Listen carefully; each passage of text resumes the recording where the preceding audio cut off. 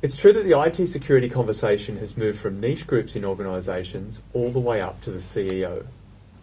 Attacks have become so prevalent that C-level executives are sitting up and taking notice. They now realise the real damage an attack can have on their business.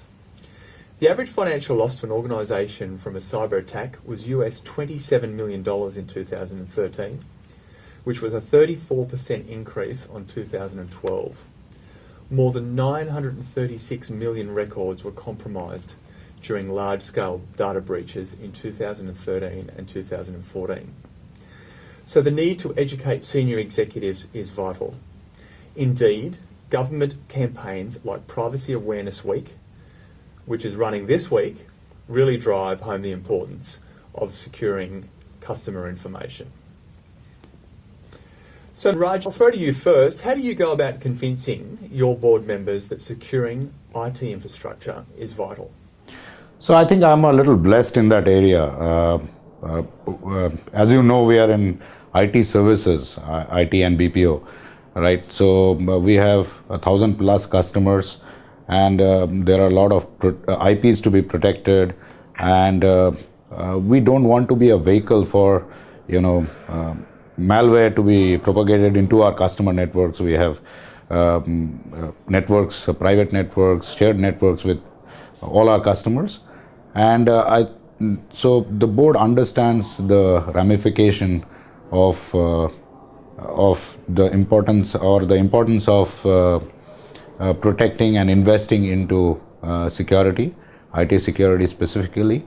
So they in turn have appointed a steering committee, which is chaired by some of our C-level executives. So we meet once a quarter, update what are the things which we are doing, initiatives, what are the incidents which have happened, and how do we ensure that it doesn't go back and repeat itself. And every quarter we go back and report to the board as well, saying, give them a status update. So that way, I think we have a fairly mature board in this respect.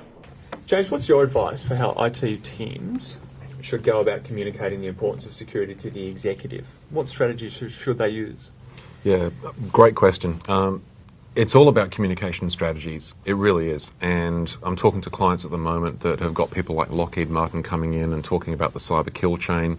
But I recommend that you choose the security strategy that's best going to resonate actually with your executive. Talking about the cyber kill chain, it's very militarized, it's talking about reconnaissance and so on. And if in any way you've got a board that's not going to resonate with, it's just going to sound like alpha male chest beating. So you've got to choose the appropriate communication strategy.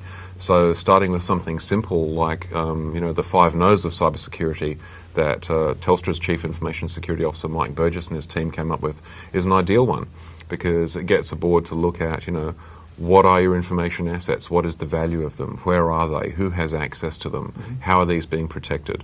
And it gets an organisation at the executive level thinking about the concept of an information asset.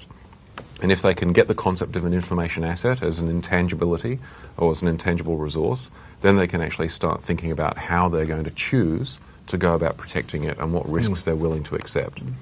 Absolutely. Thanks, James. And Sean, are you seeing the conversation moving up to the top rungs of the organisations with companies that you're speaking to? And if so, what effect is that having on security policies? Yeah, absolutely. I think the biggest thing is a lot of organisations are hearing about all these cyber attacks that are taking place, whether it's locally in their own regions, respectively, or they're hearing about it overseas as well. So they're thinking about, well, what does it really mean? What's the likely impact going to be to our organisation?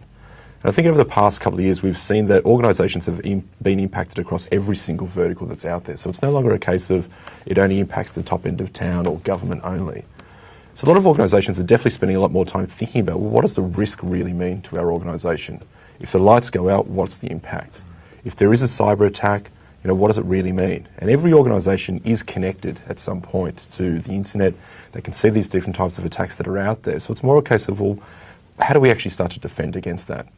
I've spent a fair bit of time across the regions sitting down with boards of directors where they're trying to understand, well, what are the real threats?